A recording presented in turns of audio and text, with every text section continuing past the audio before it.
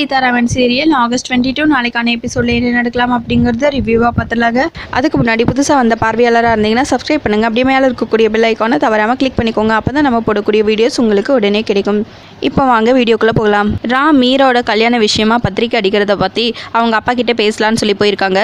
அப்போ பேசிகிட்டு இருக்கும்போதே அப்போ நான் அறிவு கெட்டவன் நீ சொல்கிறியா அப்படின்னு சேது கேட்க, நான் அப்படி சொல்லலை, நீங்களா அப்படி நினச்சிக்கிட்டா நான் ஒன்றும் பண்ண முடியாது அப்படின்னு ராம் சொல்ல, சேது கோவம் வந்து பலார்னு ஒரு அறை வைக்கிறாங்க ராம. இந்த சவுண்டு கேட்டு அர்ச்சனா மகா 2 பேரும் வெளியே வராங்க. ஏங்க என்ன பழக்கம் இது, அவன் மேலே போய் கை நீட்டுங்க அப்படின்னு மகா கேட்க, என்ன பேசினான் தெரியுமா அவன் அப்படின்னு சேது சொல்ல, என்ன வேணா பேசியிருக்கட்டும், அதுக்காக அவன் மேலே கையை நீட்டுவீங்களா, ராம் நீ உள்ள போ அப்படின்னு மகா சொல்ல, மீரா கல்யாணத்துக்கு இன்விடேஷன் அடிக்கணும், அதுக்கு இவர் வந்து ஆகணும் சொல்லிருங்க அப்படின்னு சொல்லிட்டு ராம் அங்கேருந்து கோவமா கிளம்பிடுறாங்க.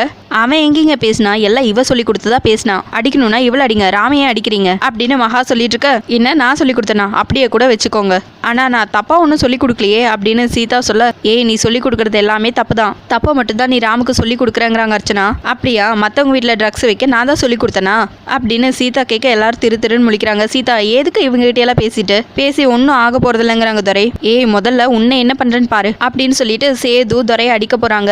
அப்போ மகா தடுத்துறாங்க. மகா முதல்ல இவனை வெளியே துரத்து, இவன் இனிமேல் இங்கே இருக்கக்கூடாது அப்படின்னு சேது சொல்லிட்டு இருக்க, நானும் அதை தான் சொல்கிறேன், ஏன்னே தெரியல மகா தான் இவனை வெளியவே அனுப்ப மாட்டேங்கிறான், அடம் பிடிக்கிறா அப்படின்னு அர்ச்சனா சொல்லிட்டு இருக்க, என்னக்கா சந்தர்ப்பம் பார்த்து பேசிட்டு இருக்கீங்களா அப்படின்னு மகா கேட்க, இல்லையே நான் சும்மா தான் சொன்னேன் அப்படின்னு அர்ச்சனா சொல்ல, சீதாவும் துரையும் சிரிச்சுக்கிட்டு அங்கேருந்து கிளம்பிடுறாங்க. இது எல்லாத்தையும் பார்த்த மீரா சீதா கிட்டேயும் துரைக்கிட்டையும், நான் தான் சொன்னல இந்த கல்யாணம் நடக்காது, இவங்க நடக்க விட மாட்டாங்க அப்படின்னு சொல்லிட்டு ஓடிடுறாங்க உள்ள. பின்னாடியே சீதாவும் மீராக்கான்னு சொல்லி கூப்பிட்டுட்டே போறாங்க. இன்னொரு பக்கம் சேது, சுபாஷ், மகா, அர்ச்சனா எல்லாரும் உட்காந்துட்டு இருக்காங்க. அப்போ சுபாஷ் அப்படியே மனசுக்குள்ளேயே யோசிக்கிறாங்க, ராமுக்கு விழுந்தடி எனக்கு விழுக வேண்டியது, அண்ணன் என் மேல இருந்த கோவத்தை தான் ராம் மேல காமிச்சிட்டாரு அப்படின்னு சொல்லி யோசிச்சுட்டு இருக்காங்க. அப்ப அவங்களோட 3 பொண்ணுங்களும் வராங்க. சே நான் எப்படி அவனை அடிச்சேன், ஏதோ கோவத்துல அடிச்சிட்டேன் அப்படின்னு சேது சொல்லிட்டு இருக்க, ராம் உங்களை எதிர்த்து பேசியிருக்க கூடாது, என்னைக்கும் இல்லாம இன்னைக்கு ரொம்ப திமிரா பேசிட்டான், அவன் உங்களை அப்படி பேசியிருக்க கூடாது, தப்புதான் அப்படின்னு மகா சொல்லிட்டு இருக்க, அதுக்காக நீங்க கை வச்சிருக்க கூடாது, கை வச்சிட்டீங்க விடுங்க, அதையே யோசிச்சுட்டு இருக்காதீங்க அப்படின்னு சொல்ல, இப்பெல்லாம் ராம் யாரையுமே மதிக்கிறது இல்ல அப்படின்னு அர்ச்சனா சொல்ல, அந்த தையல்காரி என்ன சொன்னாலும் கேட்கிறாரு, அவருக்கு வேற யாரும் வேணாம், சீதா இருந்தா போதும் அப்படின்னு அஞ்சலி சொல்ல, அந்த தையல்காரி சாவி கொடுக்குறா.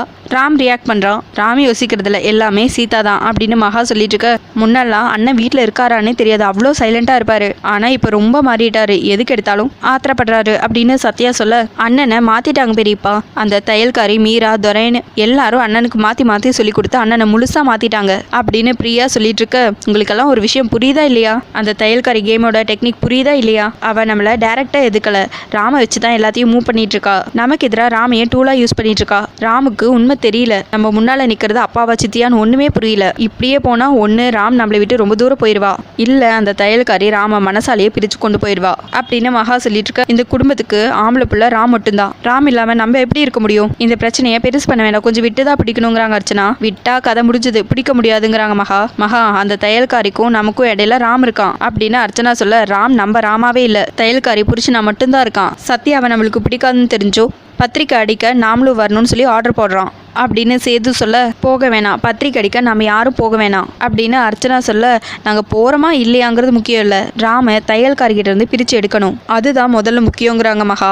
பேசாமல் டைவர்ஸ் பண்ணுறது தான் நல்லது அப்படின்னு அர்ச்சனா சொல்ல, அதெல்லாம் லேட் ஆகும்க்கா, ராம் கிட்ட பேசி அவன் மனசை நம்ம வசப்படுத்தணும், நான் பேசுகிறேன், நான் இப்போவே போய் பேசுகிறேன்னு மகா சொல்ல, சித்தி அந்த தையல்காரி இருப்பா, அவள் பேச்சை கேட்டு ராமண்ண உங்களை மரியாதை எல்லாம் பேசிட்டா தப்பாயிடும், அதெல்லாம் உங்களால் தாங்கிக்க முடியாது, நீங்கள் போக வேணாம் சித்தி அப்படின்னு அஞ்சலி சொல்ல, ஆமா சித்தி சொல்லி வச்ச மாதிரி 3 பொண்ணுங்களும் போக வேணான்னு சொல்றாங்க. அப்ப அர்ச்சனாவும், ஆமா மகா எனக்கும் நீ போய் பேசுறது சரியில்லைன்னு தான் படுதுங்கிறாங்க.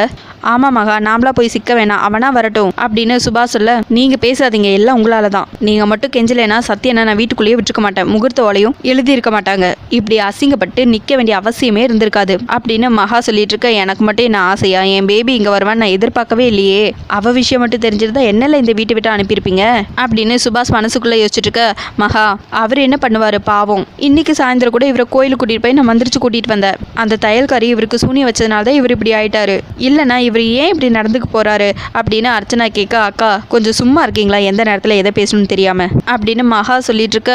அர்ச்சனா பாவமாக திட்டாத. அர்ச்சனா சொல்கிறதா கரெக்டு. நான் ஏன் அப்படி நடந்துக்கிட்டேன்னு எனக்கே தெரியல. நானாவே இல்லை, என்ன நடந்துச்சுன்னு எனக்கே தெரியாது. எனக்கு சூனியம் வச்சது உண்மைதான் அப்படின்னு சுபாஷ் சொல்லிட்டு இருக்க. ஏய் போதுண்டாங்கிறாங்க சேது. சரி சரி, முடிஞ்சு போச்சு, இன்னும் அதை பற்றி பேச வேணாம். அடுத்தது என்ன, அதை பற்றி பேசுவோம் அப்படின்னு அர்ச்சனா சொல்ல. பத்திரிக்கை பிரிண்ட் பண்ணால் நம்ம யாருமே போகக்கூடாது அப்படின்னு மகா சொல்ல. நமக்கு தெரியாமல் அப்பா போயிட்டாருன்னா என்ன பண்ணுறது?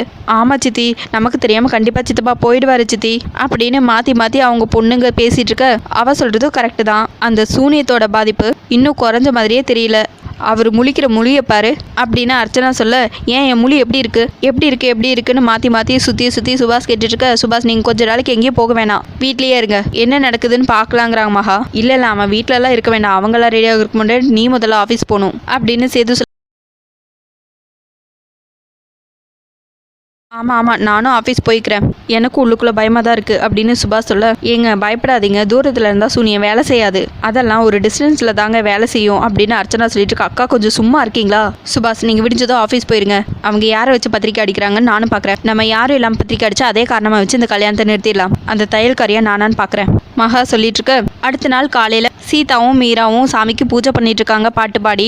அங்கே ராமுதுரையும் நின்றுட்டு இருக்காங்க. இந்த பாட்டு சவுண்டை கேட்டு மகா, அர்ச்சனா, சுபாஷ், சேதுன்னு எல்லாரும் கீழே இறங்கி வராங்க. ரொம்ப டென்ஷன் ஆகி ஏய் நிறுத்திடுங்கிறாங்க மகா. ஏய் இப்போ எதுக்கு பிச்சை எடுக்கிற மாதிரி பாட்டு பாடி டார்ச்சர் பண்ணிட்டு இருக்கேங்கிறாங்க அர்ச்சனா. ட்ரெயினில் பண்ணால் காசாவது கிடைக்குங்கிறாங்க மகா. முருகா, சாமி கிட்ட உட்காந்துட்டு இருக்கேன், இல்லைனா நீங்கள் சொன்னதுக்கு வேற மாதிரி பதில் வந்திருக்கும். முருகன் இருக்கிறதுனால தப்பிச்சிங்க, போயிருங்க அப்படின்னு சீதா சொல்ல.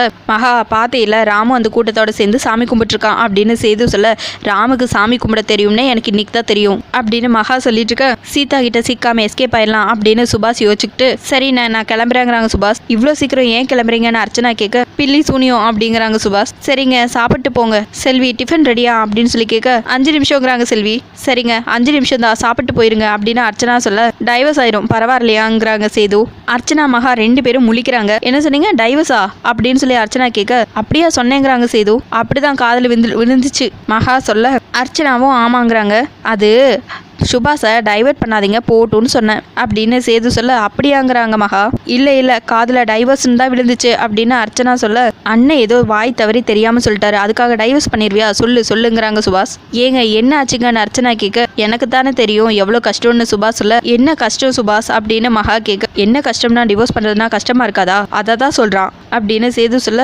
அப்படி ஒன்றும் சொல்லலையேங்கிறாங்க மகா. அவள் திரும்ப அதே தான் கேட்குறா, அதனால தான் சொன்னேங்கிறாங்க சுபாஷ். மகா சூனி வச்சது உண்மைதான், முதல்ல இவரை ஆஃபீஸ்க்கு அனுப்பிடலாம், அதுதான் கரெக்டுங்கிறாங்க அர்ச்சனா. அதைத்தான் நானும் சொன்னேங்கிறாங்க சேது. பூஜையெல்லாம் முடிச்சு ராம், சீதா, மீரா எல்லாரும் மகா கிட்ட வந்து நின்றுட்டு இருக்க. பத்திரிக்கை அடிக்க போகணும், எல்லாரும் ரெடி ஆகிட்டு வரீங்களா அப்படின்னு ராம் கேட்க. டேய் அதான் நைட்டே அவர் சொன்னார்ல, அப்புறம் ஏன் திரும்ப இப்படி பண்ற அப்படின்னு மகா கேட்க. தப்பா பேசியிருந்தா என்ன மன்னிச்சிருங்க, ஆனா நீங்க வரணும் அப்படின்னு ராம் சொல்ல. சொன்னா புரியாதா, திரும்ப ஏன் டார்ச்சர் பண்றீங்க அப்படின்னு அர்ச்சனா கேட்க. உடனே சீதா, சுபாஷ் மாமா அர்ச்சனா ஆண்டிய கோவப்படாம பேச சொல்லுங்க அப்படின்னு சொல்ல. அப்படியாங்கிறாங்க சுபாஷ். அப்படிதான் சொல்ல. அர்ச்சனா எதுக்கு கோவப்படுற அப்படின்னு கேட்க. சீதா எது சொன்னாலும் கேட்குறாரு, நீ சொல்றது உண்மையாக தான் இருக்கும் போல இருக்குங்கிறாங்க மகா. நான் சொன்னல, நீ தான் நம்பல.